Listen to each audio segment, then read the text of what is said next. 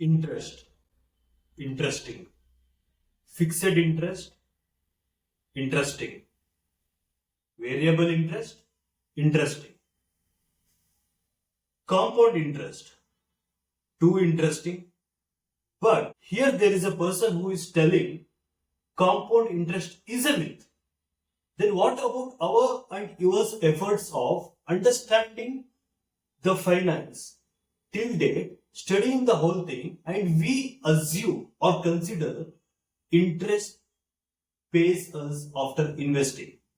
Let us ask how the compound interest is a myth. Let us get clarified. Hi, Mr. Sandeep. You are just changing the whole definition of interest. So, are you going to clarify us or give us the knowledge on compound interest or all type of interest? What is that exactly you want to point it out? Yes, Ben, sure. Many people say that compounding interest is the eighth wonder of the world. It has so much of wonder it does to our life. That is how it has been projected. Yes, of course.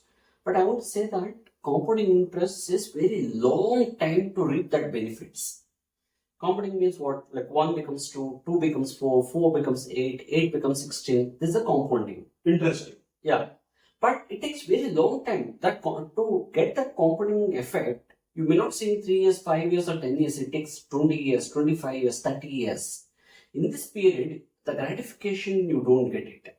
It is designed like that. The worth of compound interest is encashed after so many years itself. The beauty is not in 1 into 2, 2 into 4. The beauty is in 16 into 32, 32 into 64. And 128 and 256 and 1024. I understand your point. See, that you calculate as a compounding. Many people don't understand that interest is compounding. But whereas even inflation is also compounding, isn't it? What is the interest you get compounded in the investment? Generally 10, 12 or 14%? Is it not 6, 7, 8?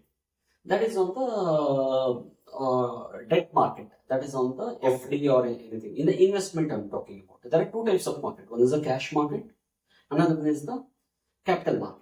Okay. We're talking about the capital market. Okay. In the capital market, 10, 12, 14% what you can generally expect. Whereas inflation is also compounding. What government says is 5 or 6% inflation. That is only on the selected items, not in the metro kind of cities like Bangalore. In the ground level, it is a 7, 8 or 9% is the inflation at the ground level. If you take the educational inflation or kids education, it is at 10 to 12%. If you take health insurance, health inflation, the same doctor charges 1,000 rupees now. Next year he charges 1,200. That is 20%. 18 to 20% is the inflation at the medical. At education, 10 to 12%. Let us assume 7.5 to 9% as the basic inflation overall put together. 9%. It varies segment to segment. For assumption, let us take 10% itself as an inflation growth every year for the easier way of calculating the round figure number. 10%. 10%. And in the investments, let us keep it as a 13% as the average returns. Okay. I am talking about the compound interest. Compound interest is 13%. So let us clear the inflation doesn't compound as my argument. If this product is 100 rupees this year, the inflation goes up in next year costing this as 110 rupees. But the same thing on that next year, 110 into 10% doesn't goes like that.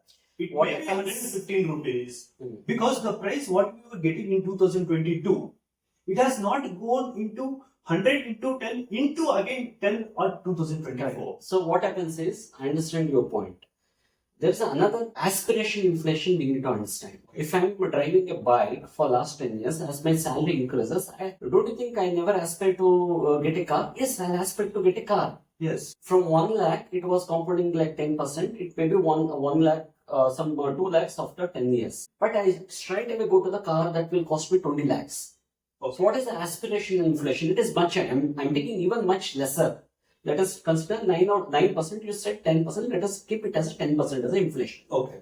And 13%, I'm talking about the investment is compounding at the interest rate of 13%. Okay. And what is the net difference? 3% to 3%. 13% minus 10% is 3%. Okay. With just 2 to 3% real returns, the returns what you got is 13%. Okay. But the real returns is return minus inflation. Okay. That is 3%. With just mere 2-3% returns, how are you going to become rich? This is one point. And second point is, what is first point? The investment interest also compounds, and also inflation also compounds. The difference is mere 2-3%. Okay. And the third point is, whatever the interest you are getting, it is a tax deferred. One day you need to pay the tax whenever you withdraw that money. Yes. On that you need to pay some 12.5% long-term tax and 20% for the short-term tax. How much you get? Even 30% for the calculation, that has reduced to 12%. Roughly it has reduced to 12%. Even less than that, I'll keep it as a 12%. So the net returns is even less, not 3%, 2%. And one more point, fourth point, what I want to say, Benoy, is nobody has the holding capacity for 10, 20, 30 years. Okay. If I find another good opportunity, I'll withdraw. That compounding effect is gone. Broken. So that Along with the exit load. Exit load and everything. Okay. That is broken. This is fourth point. You will get even lesser because the opportunity cost where you find that you can, if you withdraw that money and if you put it somewhere else, you may make more money, or else because of the emergency, you may withdraw the money also. First of all, to reap the benefit of compounding only takes very long time. Decades it takes. In 3 years, 5 years, if you withdraw, it would have compounded much. So And what fifth is point, that the stretch of consistency may not be there for a human Not possible. for a longer 20 not to 30 possible. years. If you're not rich, you can't hold that for very long time. Not Okay. possible.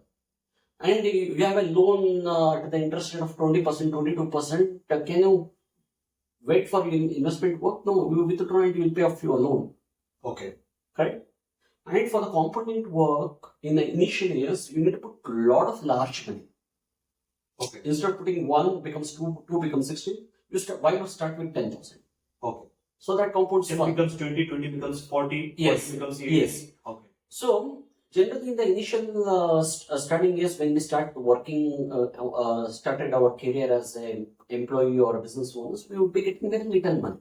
Yes. So, compounding doesn't work for a long time. And if you start, also little. no, expenditure would keep increasing as your income increases. So, when you start with a large money, you can see some, mentally you can see that, feel that some compounding is working. So, it requires very large amount of money to work. Okay. And fifth one is this 13%, not every year it gives 13%, right? Fluctuates. 1 year it may give minus 20%, 1 year it gives 40%, 1 year gives it's only 8%. What if you withdraw your money when it was minus 20%? Possible, right? Correct. We may go back to reverse 5 years, 10 years like that. Yes, you got my point. Yes. So generally compounding works, but compounding is not the eighth wonder of the world. And so we also have examples. Inflation also didn't even move even 1 also. Sometimes it went 15, 20, 12 or even 5 also. Inflation also fluctuates. So when we take the average value of the growth of the inflation versus the average value of compounding interest, it balances by itself, right? No, in the inflation varies because as I told you, the education inflation is different, medical inflation is different, our aspirational inflation is different. I'm started living in a 1 BHK house rented. Immediately next year I may move to the 3 BHK. My aspiration inflation has increased, right? Yes. So what we're talking is just conservatively we keep it as 9-10% as inflation, but in actual it is much more. That's why if you see even people who have crossed 50 without knowing that, you don't become rich. Scary to know all these things actually. So more or less, what on this whole conversation, what I understood as a common man is the invested money minus inflation is actual returns. Yes.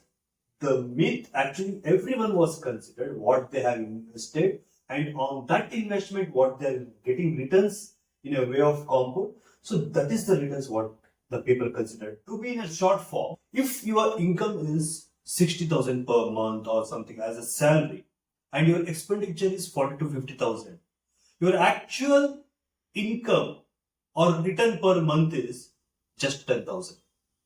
You are not earning 60,000. After deductions all your expenditure, which is called as inflation, the left out money is peanuts. That's not called as returns or earning. Interest is not interesting.